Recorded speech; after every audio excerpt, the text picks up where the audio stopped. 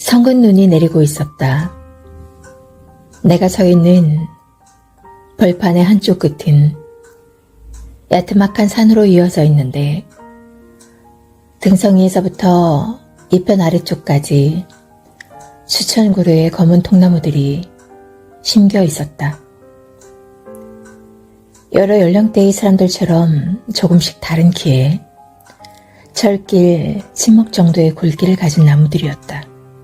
하지만 침묵처럼 굳지 않고 조금씩 기울거나 휘어 있어서 마치 수천 명의 남녀들과 야윈 아이들이 어깨를 웅크린 채 눈을 막고 있는 것 같았다. 묘지가 여기 있었나? 나는 생각했다. 이 나무들이 다 묘비인가? 오동지가 잘린 단면마다 소금 결정 같은 눈꽃송이들이 내려앉은 검은 나무들과 그 뒤 엎드린 봉분들 사이를 나는 걸었다. 문득 발을 멈춘 것은 어느 순간부터 운동화 아래로 자작자작 물이 밟혔기 때문이었다. 이상하다. 그런 생각하는데 어느 틈에 발등까지 물이 차올랐다. 나는 뒤를 돌아보았다. 믿을 수 없었다. 지평선인 줄 알았던 벌판의 끝은 바다였다. 지금 밀물이 밀려오는 거다. 나도 모르게 소리내어 물었다. 왜 이런 데다 무덤을 쓰는 거야? 점점 빠르게 바다가 밀려 들어오고 있었다. 날마다 이렇게 밀물이 들었다 나가고 있었던 건가? 아래쪽 무덤들은 봉분만 남고 뼈들이 쓸려가 버린 것 아닌가? 시간이 없었다. 이미 물에 잠긴 무덤들은 어쩔 수 없더라도 위쪽에 묻힌 뼈들을 옮겨 실어야 했다. 바다가 더 들어오기 전에 바로 지금. 하지만 어떻게? 아무도 없는데, 나한텐 삽도 없는데 이 많은 무덤들을 다 어떻게? 어쩔 줄 모르는 채 검은 나무들 사이를 어느새 무릎까지 차오르는 물을 가르며 달렸다. 눈을 뜨자 아직 동이 트지 않았다. 눈 내리는 벌판도 검은 나무들도 밀려드는 바다도 없는 어두운 방의 창문을 바라보다 눈을 감았다.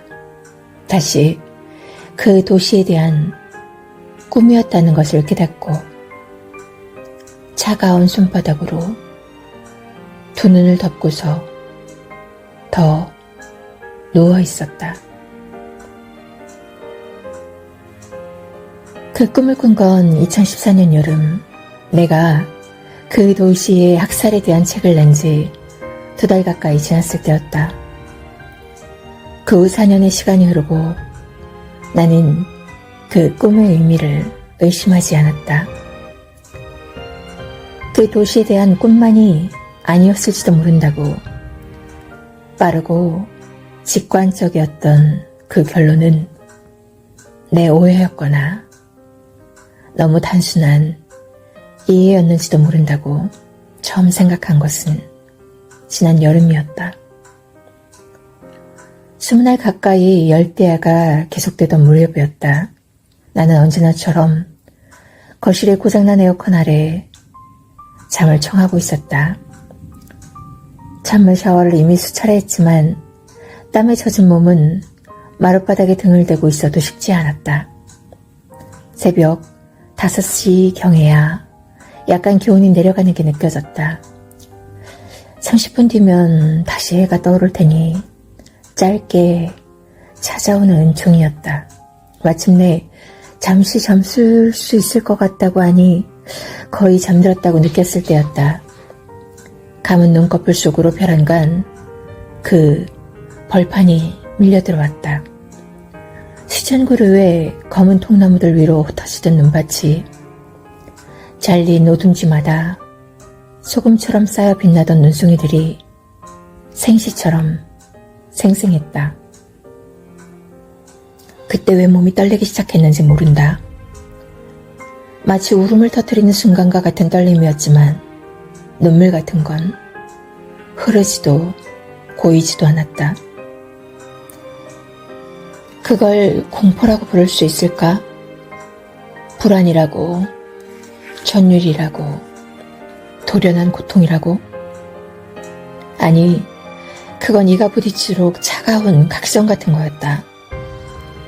보이지 않는 거대한 칼이 사람의 힘으로 들어올릴 수도 없는 무거운 쇳날이 허공에 떠서 내 몸을 겨누고 있는 것 같은 그런 아픔이 나는 그걸 마주 올려다보며 누워있는 것 같았다. 봉분 아래의 뼈들이 휩쓸어 가기 위해 밀려 들어오던 그 시퍼런 바다가 학살당한 사람들과 그 후의 시간에 대한 것이 아니었는지도 모른다고 해서 그때 처음 생각했다. 다만 개인적인 예언이었는지도 모른다고. 물에 잠긴 무덤들과 침묵하는 묘비들로 이뤄진 그곳이 앞으로 남겨질 내 삶을 당겨 말해주고 있었는지도 모른다고. 그러니까 바로 지금을 말이다.